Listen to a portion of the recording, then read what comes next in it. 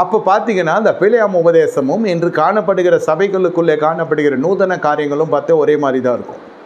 அவன் மோவாபிய ஸ்திரீயை அனுப்புகிறான், மீதியான ஸ்திரீ வருகிறாங்க, மோவாபிய ராஜாக்கிட்ட சொல்கிறான் மோவாபிய ஸ்திரீ அனுப்புன்னு. மோவாபிய ஸ்திரீ வானா, மீதியான ஸ்திரீ இதுக்குன்னே பேர் பெற்றவங்க, இவர்களை அனுப்புறேன்னு சொல்லி இவர்களை அனுப்புகிறான்.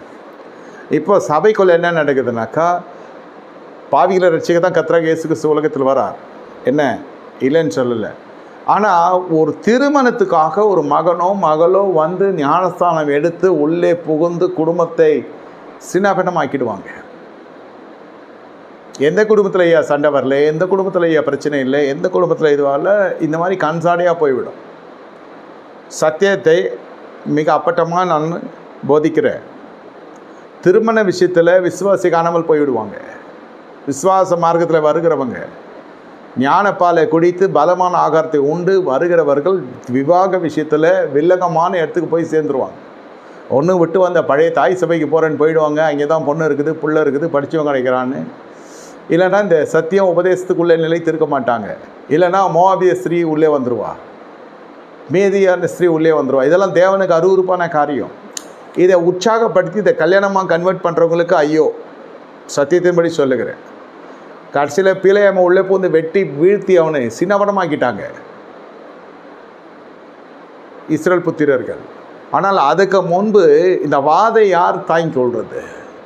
இஸ்ரேல் புத்திரர்களுடைய வாதை. ஒரு மனிதன் குடும்பம் என்று வருகிற பொழுது உங்கள் வீட்டில் இருக்கிற ஒரு நபர் செய்கிற தவறு முழு குடும்பத்துக்கும் தலைகுனியை உண்டு பண்ணும்.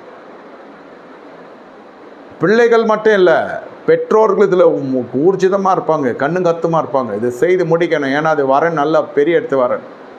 ஒன்று என் அந்தஸ்துக்கு ஒத்த விதத்திலாவது இருக்குது, தலைக்குடிவு இல்லை, ஏதோ பொருளாதார ரீதியிலே மாம்ச கண்ணோட்டத்திலே அது மிகவும் எனக்கு ஏற்றுக்கொள்ளக்கூடியதாக இருக்கிறது.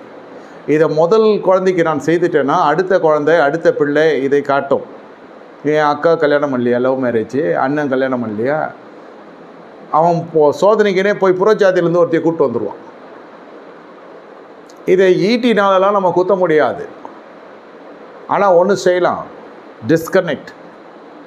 அதனுடைய பொருள் ஈட்டியான குத்தா நான் மறித்து போயிடுறான், அவ்வளோதான். அவன் மறித்து போயிடுறான்னா என்ன அர்த்தம்? அதோடு பேச முடியாது, இது பண்ண நம்ம மௌனமாக இருந்துடணும். ஒன்று ஜெபம், இதெல்லாம் ஸ்டார்டிங்லேயே பிடிக்கணும்.